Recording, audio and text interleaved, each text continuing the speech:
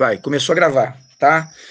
Então, vamos lá, vamos voltar aqui para o mapa. Então, você tem aqui um mapa topográfico, tá? Sem a topografia, tá mostrando aqui a curva de nível, cada ponto com a mesma altitude, como eu falei para vocês. Então, aqui, ó, aqui eu tenho a altitude 540, aqui eu tenho a altitude 520, aqui eu tenho a altitude 500. Veja bem, eu mostrei dois mapas para vocês com diferença de 20 metros, podia ser de 10 metros, podia ser de 100 metros, isso aí depende da escala, depende do que, para que aquele mapa foi feito, tá? Então, vai depender muito das necessidades lá do geógrafo, do engenheiro, né, do arquiteto, do engenheiro agrônomo, tá? Então, o que você tem aqui, ó? Você tem essas curvas de nível, tá? Então, vamos pegar essa curva 540, olha só, ela vai seguindo aqui, ela faz essa curva aqui, tá? Aí ela vai embora aqui, ó, chegou aqui no 540, tá? Você vê essa curva aqui, 640, então aqui é mais alto, ó. Então, isso aqui é uma inclinação, isso aqui está descendo, ó. Beleza? E essa área aqui também está descendo, só que tem uma diferença. Qual é a diferença? Essa área aqui, ela é mais íngreme. Essa área aqui é mais inclinada, porque as curvas estão mais próximas, tá? Enquanto que essa área aqui, as curvas estão mais distantes uma das outras. Então, aqui, esse terreno aqui é mais suave, tá? Eu vou voltar para aquela figura para mostrar isso de novo para vocês. Reparem assim, reparem aqui, olha só. Reparem que esse lado aqui, ó, essa parte aqui mais embaixo do terreno, ela é mais suave, enquanto que essa parte aqui, ela é um pouco mais inclinada. Repara que a distância entre essa curva aqui, entre a curva 0 e a curva 20, ela é maior do que a distância entre a curva 0 e a curva 20 desse lado. Está mostrando aqui para a gente que aqui o terreno é mais inclinado e aqui o terreno é menos inclinado. Tá? Desculpa, tá certo. Aqui é mais suave e aqui é mais íngreme. Então, uma coisa que vocês podem anotar aí, a distância entre as curvas de nível, ela define o grau de inclinação do terreno. Beleza? Inclusive, a gente vai calcular isso. Vocês vão ver que é bem simples, tá? Tranquilo? Então, olha só, voltando para essa figura. Esse lado aqui é muito íngreme, muito inclinado, e esse lado aqui é bem suave, tá? Aqui está passando um rio, daqui a pouco eu vou falar dele, tá? Então, essa parte aqui é bem suave e essa parte aqui é bem inclinada. Vou voltar aqui, ver se vocês têm alguma dúvida. Vamos lá, dúvidas? Entenderam? Responde aí, gente. Se vocês entenderam aí, se eu posso continuar, se quer que eu volte alguma coisa. Tranquilo? Então anotou aí, né? A distância entre as curvas de nível define o grau de inclinação do terreno. Quando as curvas estão muito próximas, terreno inclinado. Quando as curvas começam a se distanciar, o terreno é mais suave, tá? Então isso a gente consegue olhar para o terreno e a gente consegue interpretar a paisagem que a gente tem ali. Beleza? Vamos lá, então. Vamos voltar aqui para o slide. Vamos lá. Olha só. Agora, outra coisa importante. Estão vendo um rio aqui passando, ó. Aqui é o canal principal do rio. Esse aqui é um afluente do rio. Esse aqui é um outro afluente do rio, tá? Então, o que a gente observa aqui? A água, ela não desce da parte mais alta para a parte mais baixa, certo? Então, aqui, ó, aqui está passando a linha 540, tá? Aqui está passando a linha 600, ó. Aqui, ó, 580. Então, essa parte aqui e essa parte aqui, elas são mais altas. Então, as águas estão descendo por aqui, ó. Estão descendo por aqui, ó. As águas estão descendo da parte mais alta para a parte mais baixa. Então, o rio está descendo aqui nessa direção, tá? O rio está descendo para onde? Para sudoeste, né? Está descendo em direção sudoeste aí. Por que o rio está passando por aí, gente? Olha só, olha que coisa interessante. Se vocês estão percebendo aqui, mas essa curva aqui, ó, ela está mostrando aqui exatamente a parte côncava, tá vendo? Olha aqui, ó, como é que o rio ele vai se confundindo, em quase todos os casos, não em todos, com a parte côncava da curva. Tá vendo? Olha aqui, ó, tá vendo? Então, o que acontece? Essa parte côncava da curva é o fundo do vale, tá? A parte côncava da curva de nível é o fundo do vale. É a parte mais funda daquele terreno ali, entendeu? Então, vai descendo por aqui. O rio está descendo por aqui. O rio está descendo por aqui, certo? Tranquilo? Então, vamos lá. Vamos lembrar aqui agora de uma coisa importante, então. Voltando para cá. Desculpa. Voltando para cá. Olha só, até vou escrever aqui, que a gente vai fazer uma questão daqui a pouquinho aí, tá? Vou escrever, aproveitar aqui para escrever nesse canto aqui. A parte mais funda do vale, chamada de quê? De Talweg. Beleza? Parte mais funda do vale ali, aquela parte côncava da curva, é chamada de Talweg. Estou botando aqui para vocês em negrito aí, para vocês escreverem, tá? Então não pode esquecer. Talweg é uma palavra em alemão, significa caminho do vale, né? É a parte mais funda do vale, onde normalmente a água está passando, onde normalmente a água está escorrendo. Beleza? Deixa eu voltar lá para ver se vocês têm mais alguma dúvida. Não entendeu? O que você não entendeu? Emily, o que você não entendeu? Faça sua pergunta aí. A questão da concavidade da curva?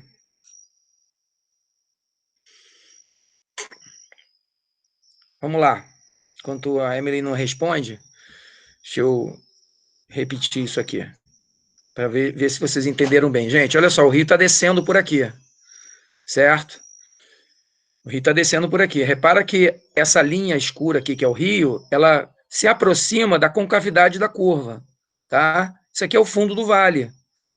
O rio está passando aqui pelo fundo do vale, ó. Está descendo pelo fundo do vale. Mesma coisa aqui, ó. Aqui não tem uma parte convexa? Aqui não tem a parte côncava? Então, o rio está descendo pela parte côncava. É a parte mais funda do vale. A água tende a descer sempre para a parte mais baixa, né? Então, a água está passando ali exatamente naquela parte mais funda do vale, no famoso Talweg, certo? Deixa eu voltar lá, ver se vocês entenderam. Entendeu agora? Concavidade da curva, é isso. Muito bem, é isso. E quando a curva é convexa, é o topo da montanha ali. É justamente o contrário, é a parte mais alta, tá? Então a água está descendo pela parte côncava, ok? Que é o Talweg. Vamos lá, vamos continuar aqui. Agora, o que a gente vai fazer? A gente vai fazer agora um exercício. A gente vai fazer um exercício aqui.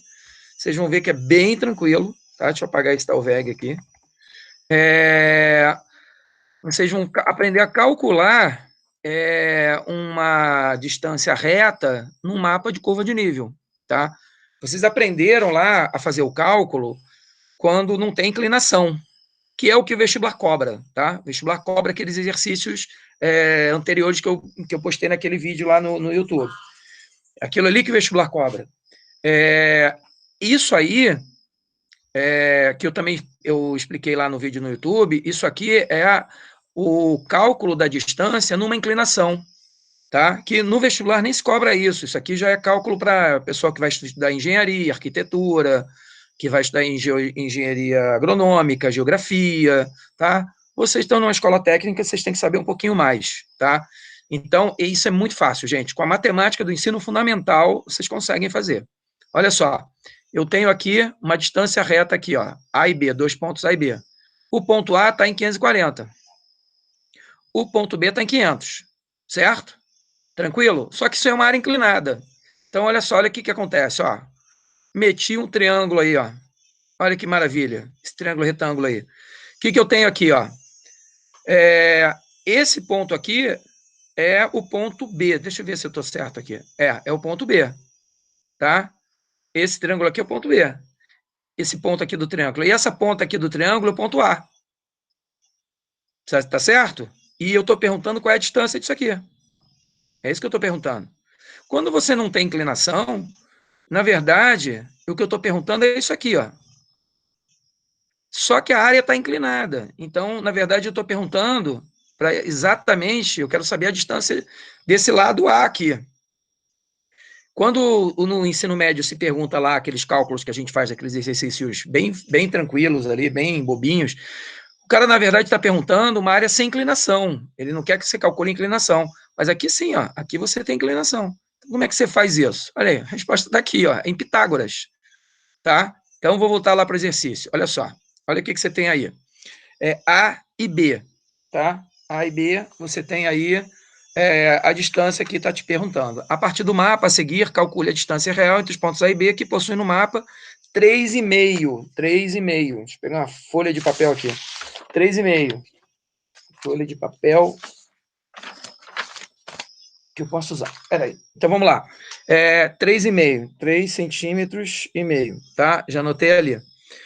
E tem a escala. Tá vendo a escala aqui que ele botou aqui no cantinho do mapa? 1 para 5.000.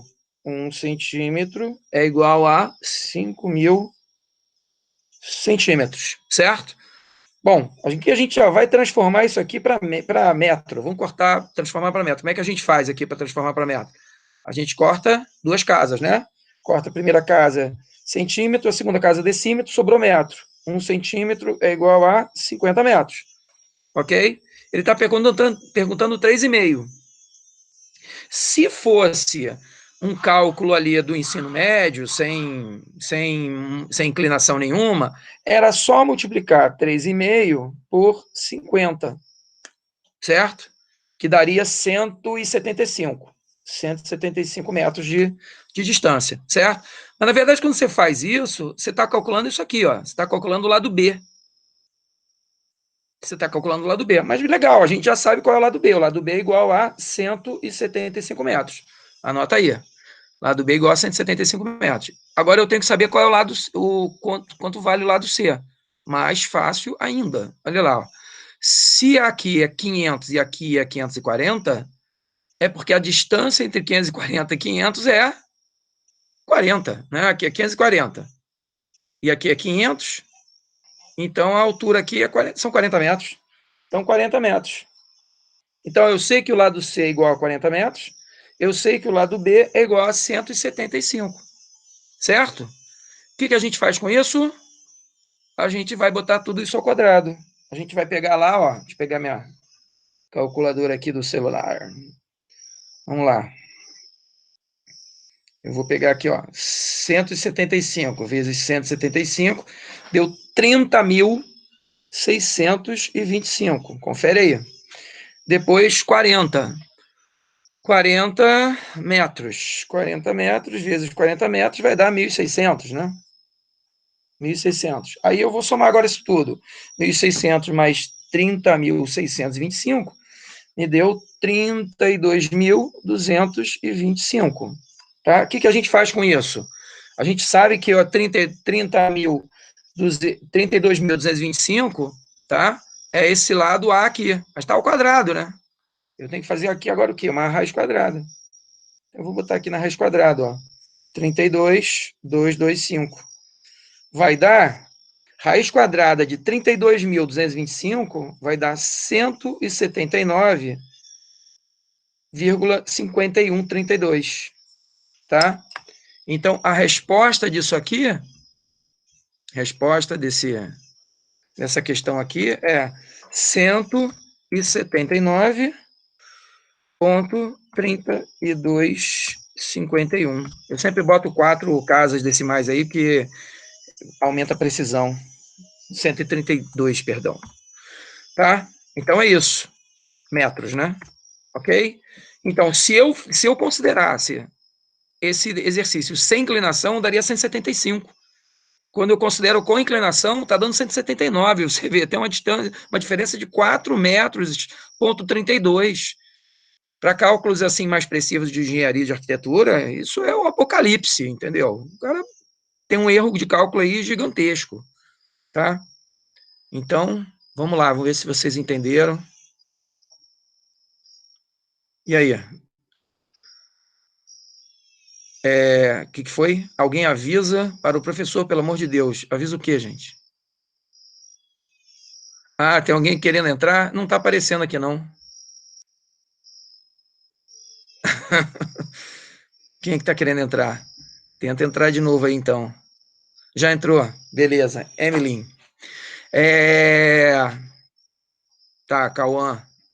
Então, olha só. O que acontece? Você vai ter, então, uma situação na qual você tem um cálculo exato. Vocês entenderam esse cálculo? Entenderam que tem que usar, quando for inclinação, tem que usar Pitágoras? Quando o exercício não pedir inclinação, tá? Vamos lembrar aqui, ó. Vou pegar lá o exercício sem inclinação. Já entrou, né? Beleza. Ó, deixa eu ver se eu tenho aqui. Exercício sem inclinação.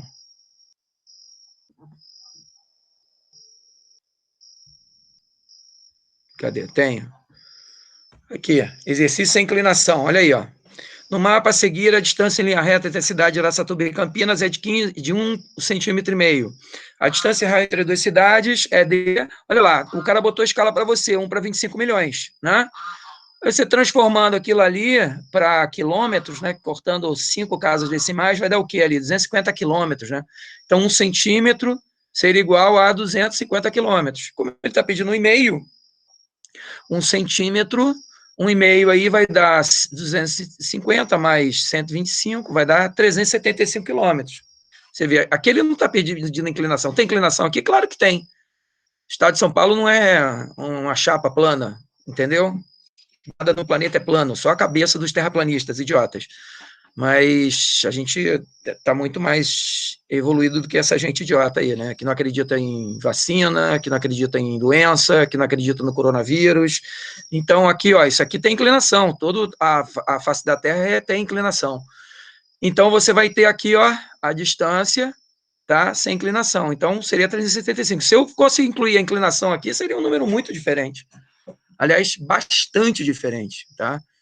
Mas para o ensino médio é o que você tem que saber. Agora, se eu te pedir lá a inclinação, você também já sabe calcular, tá? É só usar o nosso querido aí Pitágoras, ok? Vamos lá, deixa eu ver aqui se vocês estão com alguma dúvida. Tranquilo, gente? Calculando por Pitágoras não será tão preciso, já que nem sempre a inclinação é uma reta. Sim, mas aí você vai fazendo cálculos pequenos. Tá? Dá trabalho? Dá trabalho. Tem aplicativo para isso? Sim. O pessoal hoje faz tudo isso digital. Tá? Mas tem que saber que você, se você calcular essa inclinação, você vai ter um erro gigantesco. Então, em matemática, em engenharia, a gente está sempre diminuindo a margem de erro, tá? Então, o Pitágoras, ele consegue diminuir essa margem de erro aí. Agora, para grandes distâncias, você tem que ir fazendo cálculo aos poucos, você não pode fazer uma coisa só, né? Agora, por exemplo, para uma área agrícola, você consegue. Na hora que você for construir algum prédio numa área pequena, você consegue fazer esse cálculo preciso, não para grandes áreas, aí já é bem mais complexo, tá? Beleza? Vamos lá. Se vocês entenderam tudo isso aí, deixa eu mostrar para vocês aqui uma coisa interessante aqui, ó. Olha aí, ó. Isso aqui é o seguinte, isso aqui é um vale, tá? E aqui eu tenho 2 montanhas. Então, ó, isso aqui é a curva côncava que eu falei para vocês. O rio está passando por aqui, leito fluvial, tá? Então, o Talveg está aqui, aquela curva côncava. O rio está sempre atravessando esse Talveg aqui. Beleza? Tá? E aqui a gente tem a imagem de uma bacia hidrográfica, tá vendo? O rio tá... Aqui tem a escala 1 para 65 mil, uma bacia hidrográfica no Acre, lá na Amazônia, e o rio tá ali, ó, se deslocando, tá? Aqui eles não estão mostrando aí a altitude, né, das curvas de nível, mas aqui é uma bacia hidrográfica, certo? Beleza, gente? Então, vamos entrar agora em outro assunto? Vamos entrar em projeções, tá? Cartográficas. Espera aí, tem gente fazendo pergunta aí. Alguém fazendo pergunta? Mais alguma dúvida? Posso continuar? Posso continuar com projeções? Então, vamos embora. Olha aí. Olha aí, gente. Quando a gente vai produzir um mapa, tá? A gente tem que usar alguma tecnologia de mapeamento, certo? Então, a gente começou a fazer mapas assim com alta precisão no século XX, tá? E a primeira tecnologia que a gente passou a usar foi a tecnologia da aerofotogrametria. O que significa isso? É você literalmente tirar foto de um avião, tá? Era um avião especial, com equipamento fotográfico especial, tá? Com um filme preto e branco, né? Porque na época, nos anos 40, 50, a gente usava aquele filme químico, né? Que era a base de nitrato de prata, que é sensível à luz. Aí o cara instalava lá o equipamento do avião, o avião levantava voo, uma certa altitude, uma certa inclinação do terreno, ele fotografava, depois descia, revelava o filme, e em cima daquelas fotografias, você produzia um mapa. O cara botava uma lupa gigantesca em cima das fotografias e ia construindo os mapas, certo? Essa tecnologia ela foi usada amplamente, assim, até a década de 60, tá? Quando ela começou a ser substituída pela tecnologia do satélite, do uso de imagens de satélite. Então, o que aconteceu? Com o desenvolvimento da famosa terceira revolução industrial e o nascimento aí da tecnologia de satélite, né, fruto da própria Guerra Fria, né, da corrida aeroespacial, a gente começou a deixar essa tecnologia de lado para usar a tecnologia de imagem de satélite, tá? Por quê? Por que a gente usa uma tecnologia, por que a gente começa a tecnologia nova e esquece as antigas? Porque ela apresenta vantagens, né? Então, quais são as vantagens que a imagem de satélite ela vai apresentar? Tá? Quais são as principais vantagens? Então, deixa eu listar para vocês. Primeiro, o satélite ele fica numa área muito mais alta, tá? Então, se o satélite fica numa área muito mais alta, ele consegue mapear uma área muito maior, certo? Segundo, o satélite, ele não precisa descer, ele fica lá o tempo todo, tá? O dia que ele descer é para cair. E o satélite, então, por conta disso, ele produz imagem em tempo real, o tempo todo, né? Está produzindo ali a imagem o tempo todo, tá? Terceiro, que as imagens do satélite, elas são coloridas, tá? Porque qual era o grande problema de você usar imagem colorida na aerofotogrametria? Você perdia a definição, tá? Você perdia a definição. O preto e branco te dava mais definição. E como a imagem de satélite usa pixel, né, não tem mais nada de nitrato de prata, a química não se mete mais nisso, você consegue produzir um filme colorido e com alta precisão, certo? E outra coisa mais importante, né, é a definição da imagem mesmo. Você consegue produzir uma imagem de satélite com alta definição. Não sei se vocês já entraram no Google Earth, certamente já entraram. Eu entro toda hora, eu adoro ficar vendo imagem de satélite. E quando você começa a se aproximar, a imagem fica borrada. Mas aquilo ali é estratégia, tá? Por questões de segurança, eles fazem isso. Eles borram quando você se aproxima ali da imagem. E aquela imagem que você vê no Google Earth não é atual, é uma imagem antiga. Se você quiser a imagem atual, você tem que pagar por isso. Porque imagem é informação é poder, né? Então, você tem que pagar, determinadas imagens não vão liberar para vocês, tá? Mas a definição da imagem é gigantesca, tá bom? Então, o primeiro bloco aí tá fechado. Alguma dúvida? Alguma pergunta sobre tecnologia? Acho que não, né? Então, vamos continuar. Vamos lá. Segunda questão importante é o seguinte, gente. Toda projeção, toda e qualquer projeção cartográfica vai produzir distorção. Tá? Não existe projeção cartográfica perfeita. Todas elas geram distorções. Por que todas elas geram distorções? Porque a Terra não é plana. Olha que coisa linda. A Terra não é plana. Como a Terra não é plana, a Terra é esférica, achatada nos polos, e, como eu falei para vocês, cheia de irregularidades, você não consegue projetar perfeitamente a imagem. Então, o que você faz? Você escolhe a projeção que você quer. Ou seja, se toda projeção vai te gerar alguma distorção, você vai escolher a projeção que vai gerar a distorção que menos te incomoda, tá? Então, toda projeção, toda e qualquer projeção gera algum tipo de distorção, tá? Então, eu vou mostrar para vocês os tipos de projeção que existem, tá? Então, o primeiro tipo de projeção aqui, ó, é quanto à superfície projetada, tá? A superfície de projeção.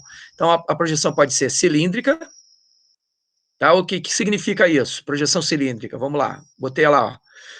Você coloca um cilindro em volta do globo, projeta a imagem do globo dentro do cilindro. Aí depois você abre o cilindro. É só isso, tá? Beleza? Só que tem um detalhe, gente. Onde o cilindro tocar o planeta, a distorção é zero. A distorção é mínima ou nula. E os pontos mais distantes desse tangenciamento, desse toque aí, a distorção vai aumentando. Então, por exemplo, nesse caso aqui, nos polos eu vou ter maior distorção. E no equador aqui eu vou ter a distorção zero. Certo? Ok? A mesma coisa vai acontecer, por exemplo, com a projeção cônica. Você vai botar um cone lá, aí projetar a imagem dentro do cone, certo? Depois abre o cone. Onde o cone tocar, você vai ter a projeção não distorcida. E quanto maior a distância desse toque do cone, maior a distorção, certo? Então, as projeções elas podem ser cilíndricas, elas podem ser cônicas e elas podem ser azimutais, planas ou polares. O que é isso? Vocês estão vendo barulho? Não é lobo, não, são meus cachorros, tá? Então, o que acontece? Quando você tem aqui a projeção polar, plana ou azimutal, você está colocando aqui um plano sobre o planeta e você projeta a imagem. Nesse ponto aqui não tem distorção. Quanto maior a distância desse ponto, maior vai ser a distorção, tá? Essa projeção também pode ser chamada de polar ou azimutal, tá? Tanto faz. Tranquilo? Alguém tem dúvida? Posso continuar? Responde aí. Sim. Não. Vamos lá, então. Continuando. Vocês estão vendo que dar aula por aqui é mais fácil que na sala de aula, né? Eu estou gostando dessa história. Olha aqui, ó. Aqui eu botei uma imagem para vocês aí, pra vocês verem também.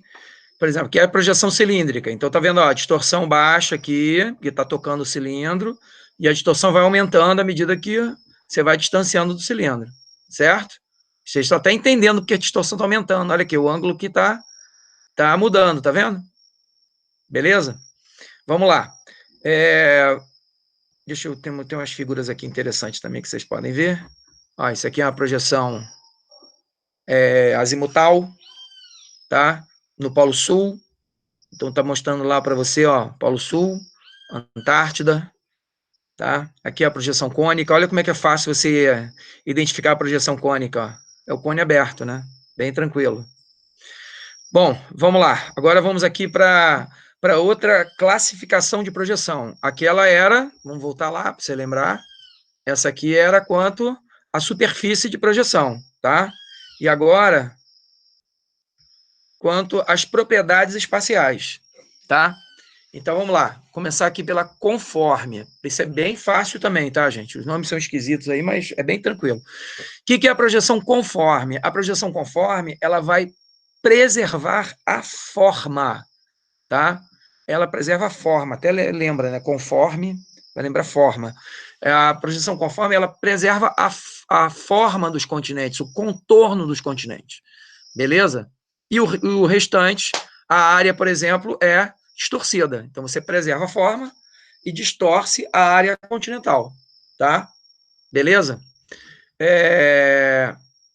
Projeção, se vocês quiserem, eu posso mostrar aqui alguma... Depois eu mostro para vocês os exemplos. Projeção equivalente. O que é projeção equivalente? Ela é justamente o contrário da conforme. A projeção equivalente, ela vai preservar a área, então a área dos continentes é relativamente preservada, tá? Em prejuízo, né, em detrimento da forma. Então, ela é o contrário da conforme, tá? Tranquilo também. Ela é super fácil de entender. A equivalente, ela preserva a área e distorce as formas. Beleza? Depois a gente vai ver vários exemplos. Equidistante. Equidistante é o seguinte, vamos pegar aqui uma projeção aqui, por exemplo, a projeção azimutal. O que é a projeção equidistante? Desse ponto aqui, por exemplo, que está tocando a figura, o plano, se eu marcar um outro plano aqui, ó, vou marcar um plano aqui na ilha de Marajó, aqui na Amazônia, eu consigo medir a distância em linha reta exata entre esse ponto de tangência e esse ponto fora da tangência. Entendeu? Então, eu consigo fazer isso. Tá? Então, a projeção equidistante é aquela que você consegue medir em linha reta uma distância ali perfeitamente, desde que um dos pontos seja a tangente da figura, que pode ser um cone, que pode ser lá o cilindro, certo? Bem tranquilo, não tem nada demais, tá? E a projeção afilática, que está na modinha agora. Projeção afilática agora, o pessoal está falando pra caramba dela e tal. A projeção afilática, ela é um meio termo, ela é um equilíbrio entre a conforme e a equivalente. Tá? A projeção afilática, ela distorce tanto área quanto forma. Tá? Ela distorce tanto área quanto forma. Só que a afilática, o fato dela distorcer as duas, ela fica no meio do caminho. Então, ela consegue diminuir essas distorções. Ela consegue diminuir a distorção de forma e de área. Tá? Ela é bem usada hoje por isso, porque ela consegue diminuir as distorções, apesar dela distorcer tudo. Beleza? Vamos lá. Dúvidas? Posso continuar? Deixa eu abrir aqui o chat. Hã? Sim, posso continuar? Tranquilo? Vamos lá. Estamos com 16 participantes aí. Tá? A audiência está aumentando. Sabia que vocês iam perguntar, para repetir aí que distante. Todo mundo pergunta. Espera aí. Isso, voltei. Olha aqui, ó. A equidistante é o seguinte. Eu vou pegar aqui a cilíndrica, tá? Por exemplo, eu tenho um ponto aqui, tá? Tá tangenciando aqui. Eu preciso saber a distância entre esse ponto aqui e esse ponto aqui no polo norte, tá? Então, eu consigo medir em linha reta a distância entre esses dois pontos, desde que um dos pontos toque a figura, certo? É só isso. É só isso. Muita gente nem fala dessa aqui distante. Eu que sou um chato e falo, tá? Entendeu? Agora entendeu? Joana, valeu. Então vamos lá. Continuando. Vamos aqui agora. Vou dar exemplos para vocês. Ó, olha só. Agora vamos entrar num assunto interessante que vocês vão começar a conhecer um pouco das projeções e eu vou começar a classificar essas projeções, tá?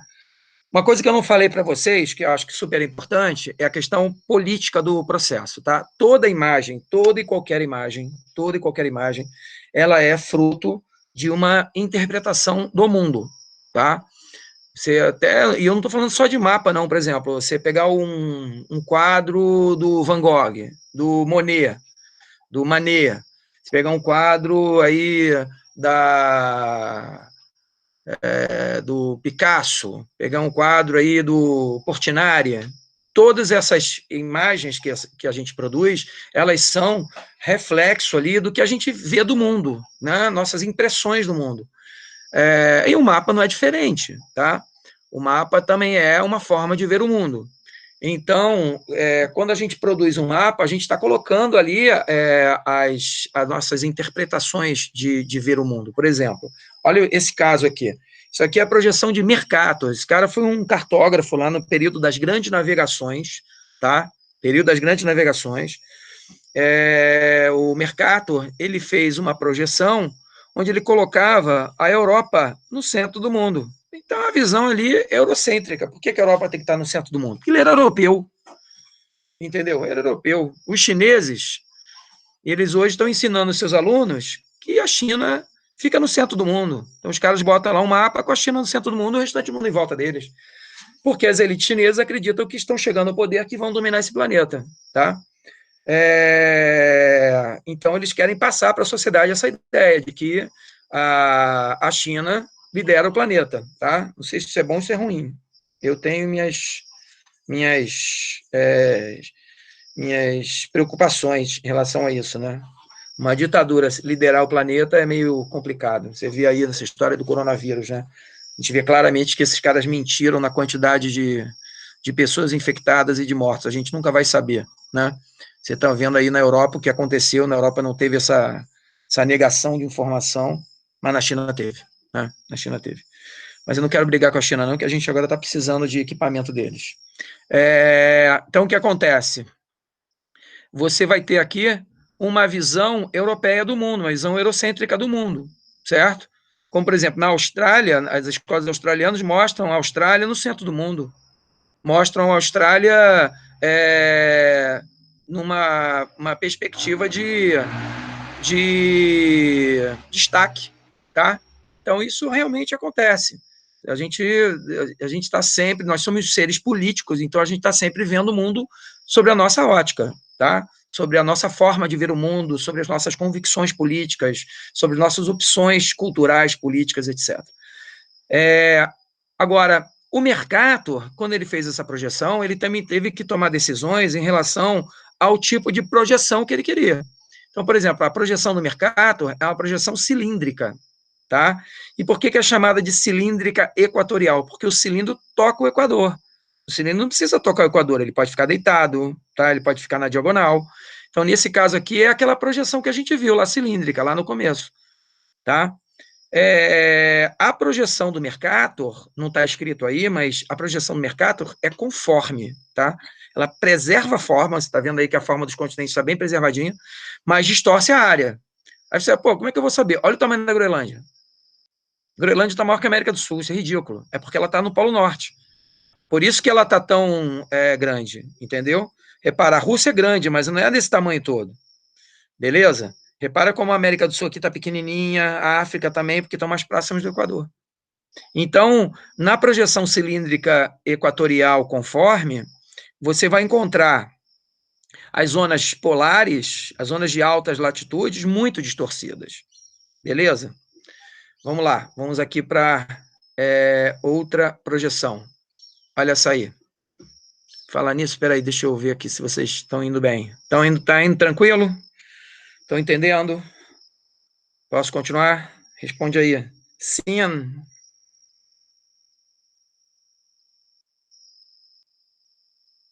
Morreu todo mundo? Fala. Porque as áreas ficam distorcidas. Por quê? Porque elas ficam mais distantes. Olha aqui, ó. Vou voltar para lá. As áreas ficam mais distorcidas porque elas ficam mais distantes do cilindro. Entendeu? Ficam mais distantes do cilindro, que o Equador está passando aqui, ó. Então aqui a distorção é zero.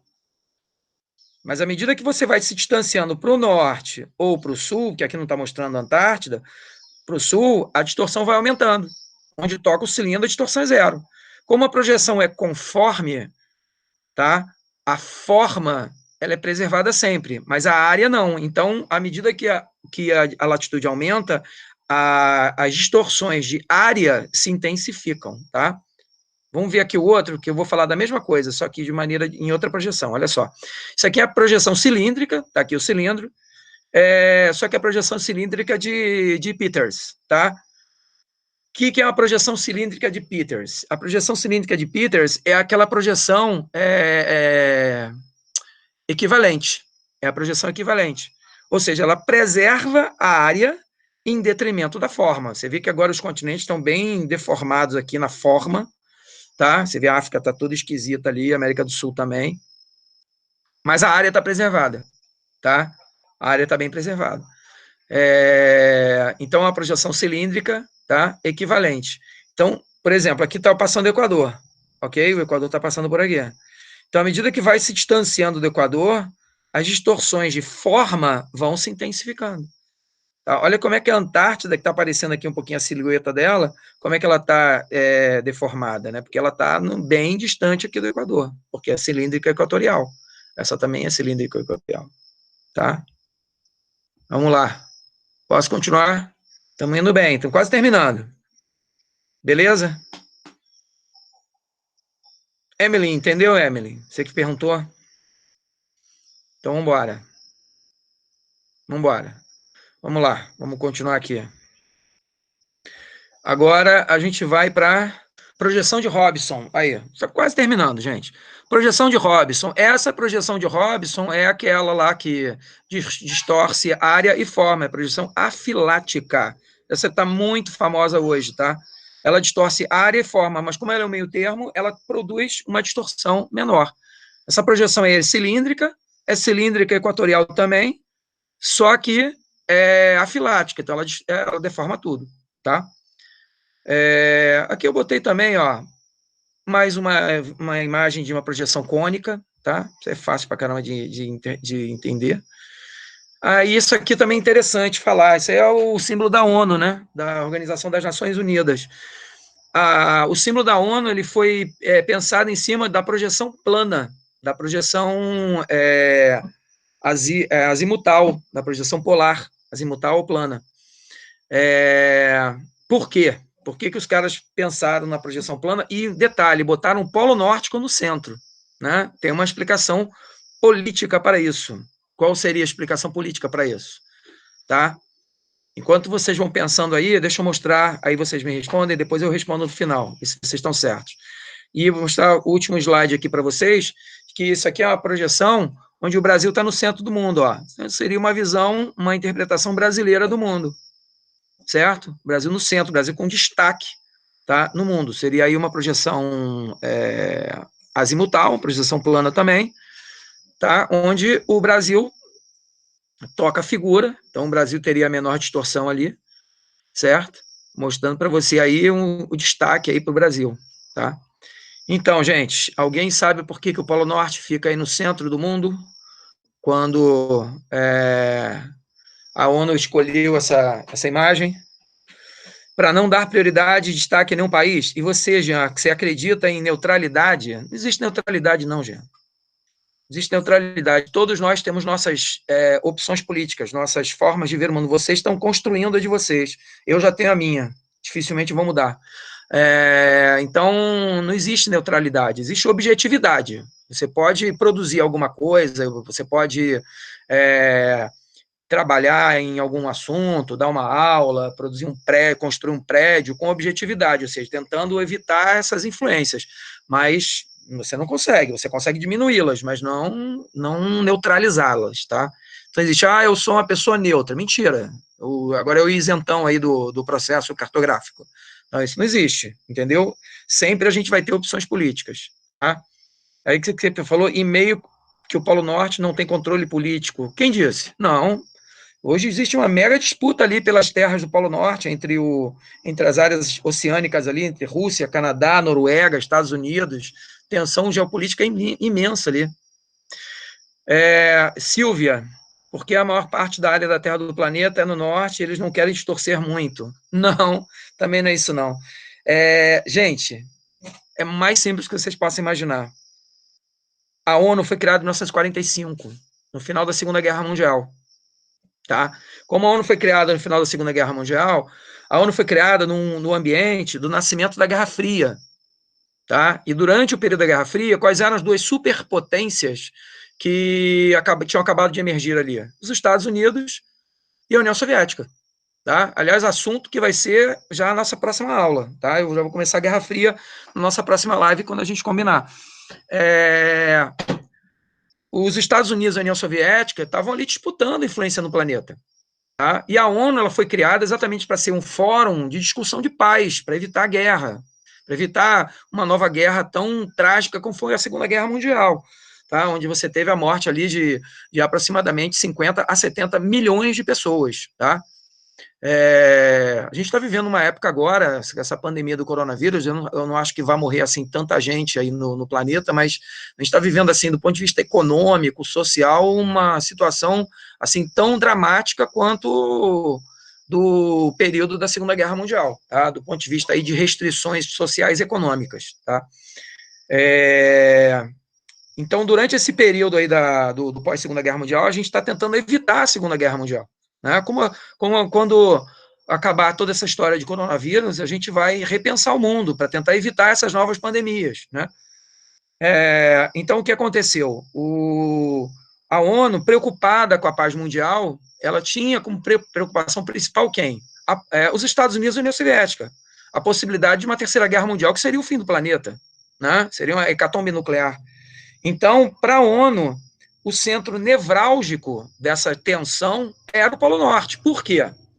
Porque o Polo Norte, deixa eu mostrar para vocês aqui, o Polo Norte, aqui pelo símbolo da ONU, é o local onde os Estados Unidos, aqui olha o Alasca aqui, os Estados Unidos e a Sibéria russa se encontram. Então você teria aqui, de um lado e de outro, os Estados Unidos e a União Soviética, certo? Então, a ONU estava preocupada exatamente em evitar o confronto direto entre essas duas superpotências. Beleza? Galera, eu acho que vocês já estão cansados, né? A Joana professora Joana pediu para falar sobre fuso horário. Ah, é verdade, ainda vou dar aula de fuso horário para vocês. Ainda vou fazer uma aula, antes de entrar em Guerra Fria, eu vou fazer uma aula de fuso horário, tá? Eu acho que tá bom por hoje, né? Então eu vou encerrar essa live agora, vou botar lá no YouTube depois, tá bom? Se vocês quiserem assistir de novo, beleza? E a gente depois combina, tá? Vocês depois eu vou perguntar aqui pelo WhatsApp qual é o outro horário de live que vocês queiram aí e a gente faz, tá bom? Seria até durante o dia, assim que tem mais claridade, eu não gosto de fazer as coisas à noite, não. Até porque eu já estou cansado, estou dando muita aula aqui pela internet. Então a gente combina depois, a gente faz uma aula de fuso horário, tá? E depois a gente entra em Guerra Fria, que já é o G2. Pela internet as coisas são muito rápidas, tá? Alguém quer fazer mais alguma pergunta? Posso fechar? Posso interromper? Digam sim. Então, beleza, gente. Valeu, um abraço. Vamos encerrar isso aqui. Bom final de semana para todos. E vamos fechando, interromper essa gravação e sair.